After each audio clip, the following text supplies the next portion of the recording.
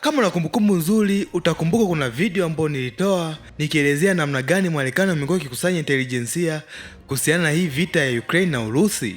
Nilielezea njia mbalimbali, lakini moja kati ya njia ambayo Marekani wamekuwa wakitumia kukusanya intelijensia ni kwa kutumia drones zinazopaa kwenye Black Sea. Na hizi drones zimekuwa zikikusanya signal intelligence, yani signal.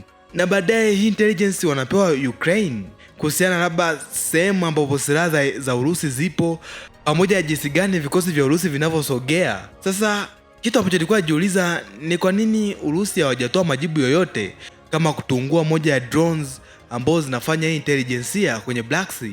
Nilitegemea siku moja Urusi itatoa haya majibu.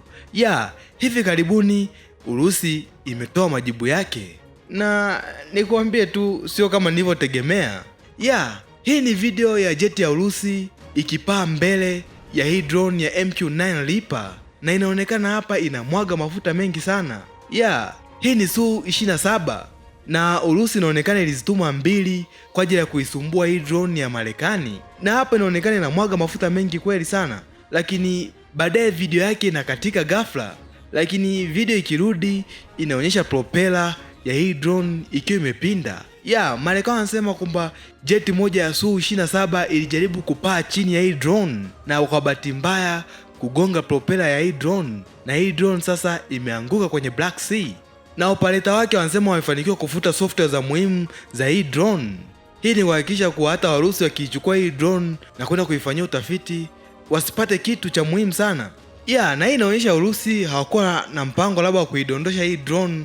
Walichokuwa wanataka labda ni kuichokoza tu, kuimwagia mafuta alafu baadaye kuiacha, sababu hii drone inasemekana ilikuwa inapaa kwenye international water. Kwa hiyo isingekuwa jambo zuri kama wangeishambulia na makombora. Walichokuwa wanataka kufanya labda ni kuichokoza tu na kuiacha. Bahati mbaya jeti ya Urusi imeigonga hii drone, na Marekani wanasema watatuma drones zingine kwa ajili ya kuendelea na kazi yake, sababu haya maji, hii sehemu ni international. The United States will continue to fly and to operate wherever international law allows.